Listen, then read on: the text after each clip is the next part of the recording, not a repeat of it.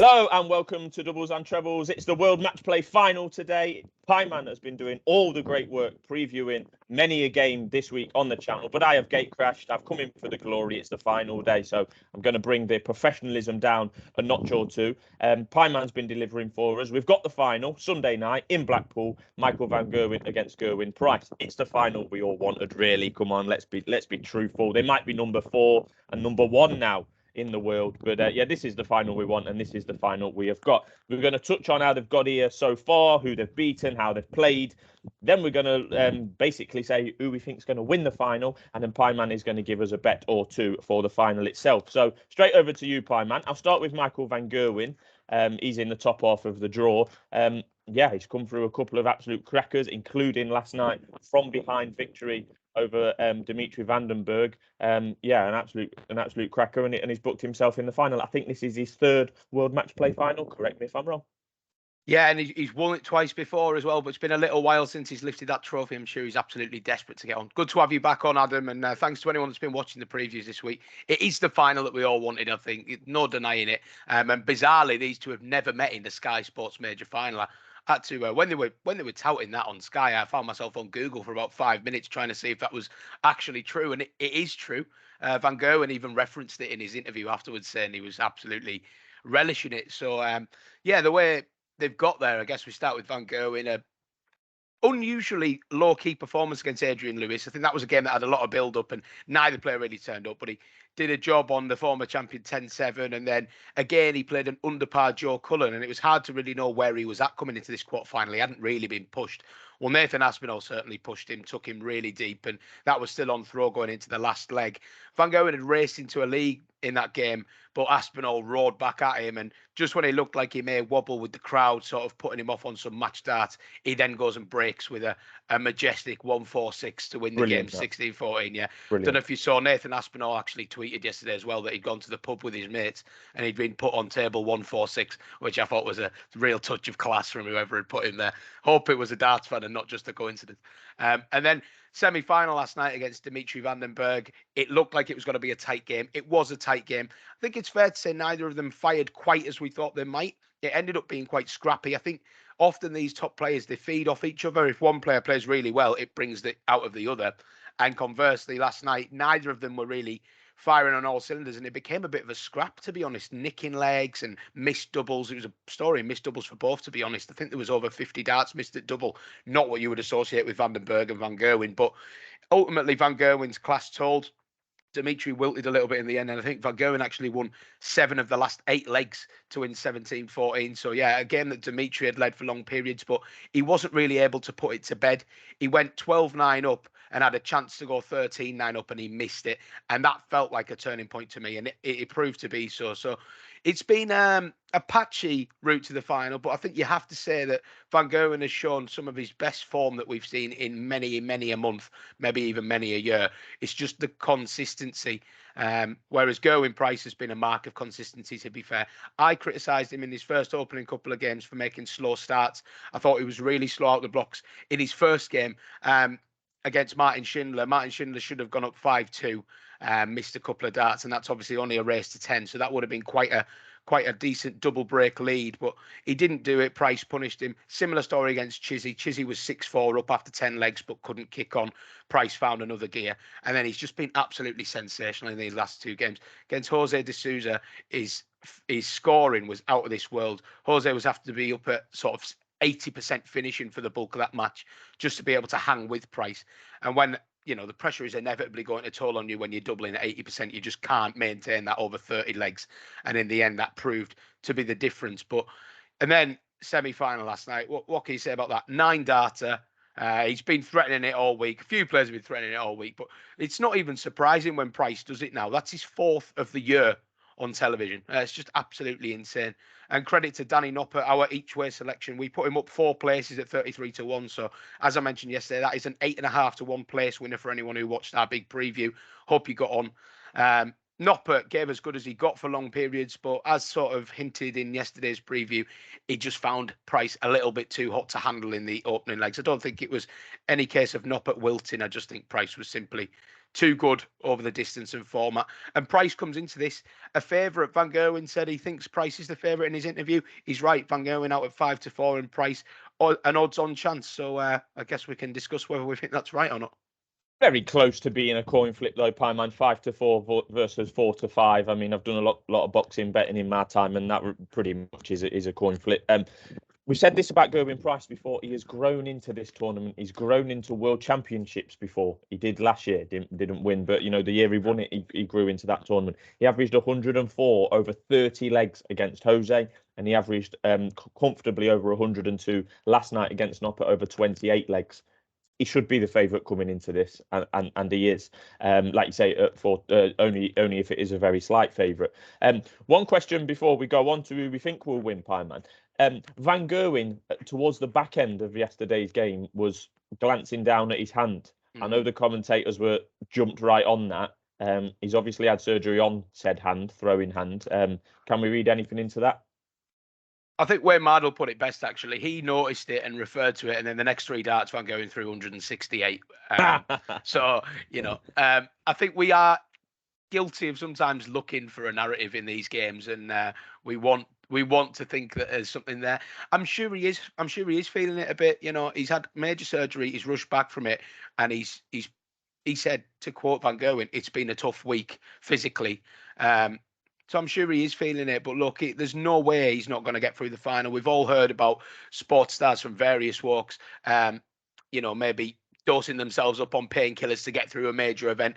If he needs to do that, I'm sure he will do that. He will not let that hand affect him tonight. And I don't think he's the type either to, if he's losing, suddenly start holding his hand and blaming it. Van Gerwen is a fierce competitor. Even if it is killing him, he won't want that to be the case. And at that time, it would have been easy for him to fold over and then come out and say it was his hand, but he actually did. Yep. He actually did the complete opposite. He kicked on into another gear. So I would like to think the hand injury won't play a part, but you can't say for sure. Yeah, so it's best of 35 legs tonight, first to 18 or 2 clear if it goes 17 all.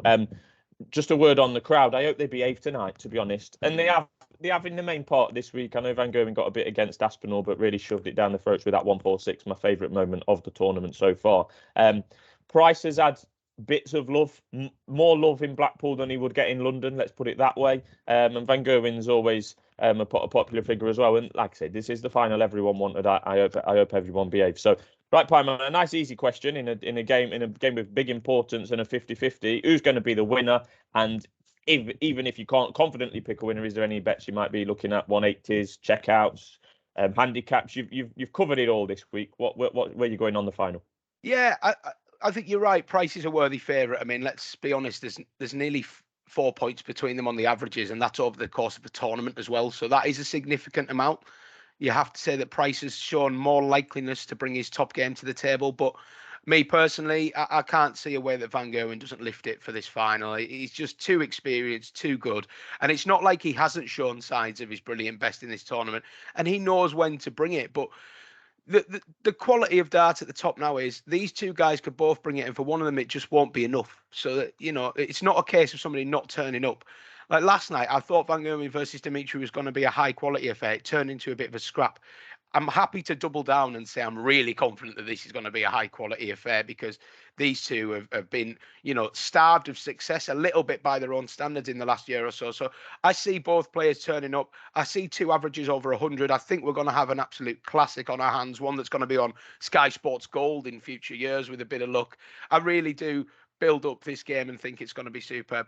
The legs line is at over 31.5. I think it covers that comfortably. I've not said it all this week on any of my previews.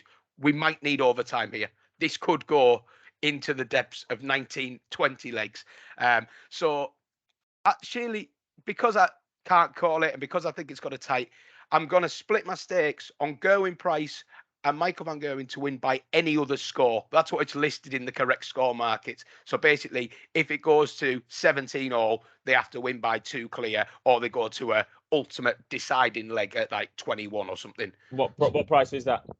So I think you could get both sides of any other score are both about 12 to 14 to 1. I will just check that for you whilst we're rounding up. But if you could split your stakes on that, you've basically got 7 to 1 runner on it to go all the way. I just think if this is going, say we get to about 14, 12 or 15, 13, that kind of realms, whichever player's behind is more than capable of reeling off 2 10-dart legs to get it back level. And I could just see them exchanging blows. I really do think it's got all the elements of a classic. Sky Sports would be loving this. I'm really building this up for them, man. Yeah, the PR machine was churning in full flow last night when they were talking about this final. But maybe I've bought into the hype, but I just think it's 2 quality players, a really big final, and I think it's one we're going to look back on in years and say, yeah, that was an absolute classic. I really hope they could both deliver for us. So yeah, split stakes on it going to overtime, basically. You might even find a request a bet somewhere on it going to extra legs. I'm not sure. I haven't digged through those markets, but yeah, that's the way to do it. It's any other score Van Gerwen, any other score Price, split stakes.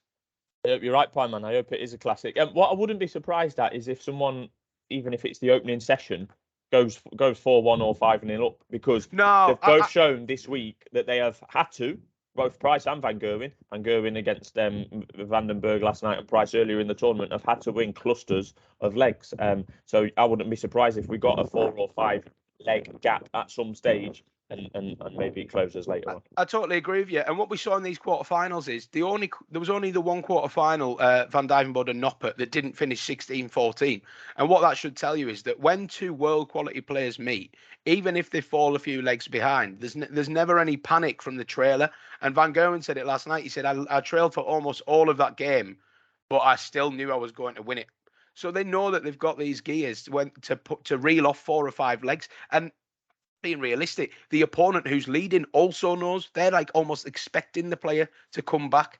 So these momentum shifts, don't panic when the score goes 4-1 or 7-3, because even though it's a double break, when you've got 10, 11, 12 dart legs in your locker, you can break like that, whoever you're playing. And it could come down to doubling. Price's doubling has been better than MVG's. He will need to lift the doubling, but I don't have any worries about the scoring. I think they're going to just be exchanging 180s like no tomorrow.